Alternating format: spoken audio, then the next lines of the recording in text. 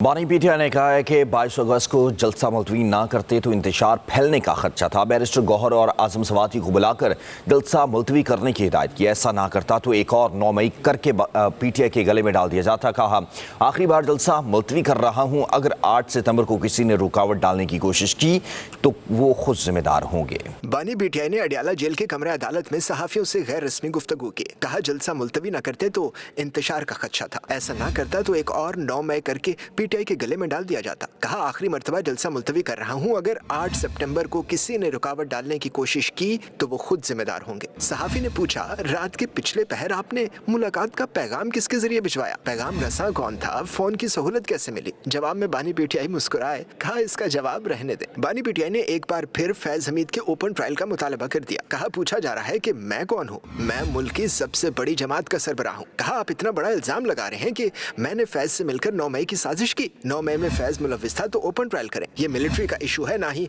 Secret international issue. सहाफी ने सवाल किया कि कहा जा रहा है कल रात आपसे फरिश्तों ने मुलाकात की, ऐसा क्या हुआ कि आपको अंदर की खबरें मिलना शुरू हो गई? जवाब दिया, जब भी नून लीग में खलबली देखें तो समझ जाएं कि उनको खदशा है पीटीआई की एस्टेब्लिशमेंट से बात हुई है। कहा, अगर ये फायद ईसा को एक्सटेंशन ना दे सके तो फिर सीनियरिटी पर असर अंदाज होकर अपना बंदा लाएंगे। ये दोनों सूरतें काबिल कबूल नहीं है। दूसरी जानिब बानी पीटीआई को 1 साल बाद इलेक्ट्रिक टूथब्रश और किताबें फराहम कर दी गई। बानी पीटीआई ने अडियाला जेल के कमरे अदालत में सहाफियों से गैर रस्मी गुफ्तगू की। कहा, जलसा मुलतवी न करते तो इंतशार का खदशा था। ऐसा ना करता तो एक और 9 मई करके पीटीआई के गले में डाल दिया जाता। कहा, आखिरी मर्तबा जलसा मुलतवी कर रहा हूँ, अगर 8 सितंबर को किसी ने रुकावट डालने की कोशिश की तो वो खुद जिम्मेदार होंगे। सहाफी ने पूछा, रात के पिछले पहर आपने मुलाकात का पैगाम किसके जरिए भिजवाया? पैगाम रसा कौन था? फोन की सहूलत कैसे मिली? जवाब में बानी पीटीआई मुस्कुराए। कहा, इसका जवाब रहने दे। बानी पीटीआई ने एक बार फिर फैज हमीद के ओपन ट्रायल का मुतालबा कर दिया। कहा, पूछा जा रहा है कि मैं कौन हूँ? मैं मुल्क की सबसे बड़ी जमात का सरबराह हूँ। कहा, आप इतना बड़ा इल्जाम लगा रहे हैं कि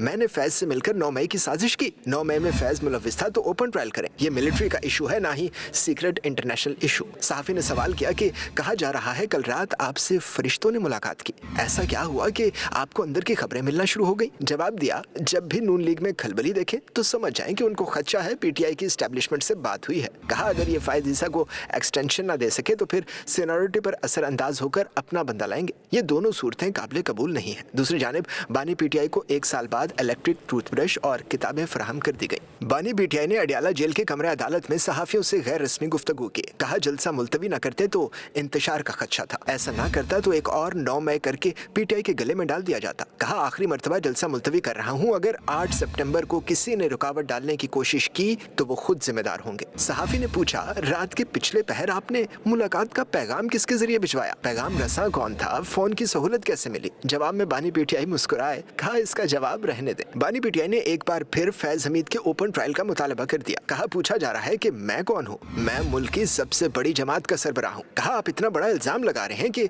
मैंने फैज से मिलकर 9 मई की साजिश की। 9 मई में फैज मुलव्विस था तो ओपन ट्रायल करें। ये मिलिट्री का इशू है, ना ही सीक्रेट इंटरनेशनल इशू। सहाफी ने सवाल किया कि कहा जा रहा है कल रात आपसे फरिश्तों ने मुलाकात की, ऐसा क्या हुआ कि आपको अंदर की खबरें मिलना शुरू हो गई? जवाब दिया, जब भी नून लीग में खलबली देखें तो समझ जाएं कि उनको खदशा है पीटीआई की एस्टेब्लिशमेंट से बात हुई है। कहा, अगर ये फायद ईसा को एक्सटेंशन ना दे सके तो फिर सीनियरिटी पर असर अंदाज होकर अपना बंदा लाएंगे। ये दोनों सूरतें काबिल कबूल नहीं है। दूसरी जानिब बानी पीटीआई को 1 साल बाद इलेक्ट्रिक टूथब्रश और किताबें फराहम कर दी गई।